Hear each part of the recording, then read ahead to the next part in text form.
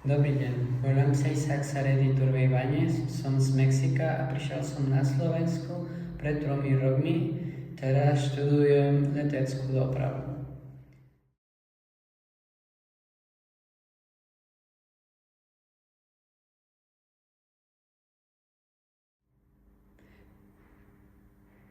Najťažšia bola smeha denného režimu, lebo v Mexiku raňajkujeme od 8 do 10, obedujeme od 14 do 17 a večeráme od 20 do 22, alebo aj neskôr.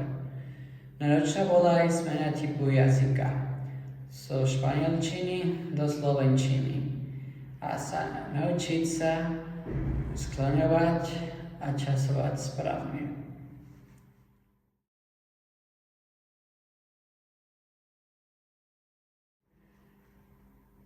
Prekvapilo ma, čo Slováci nevedia o Mexiku okrem toho, čo ukazujú filmy.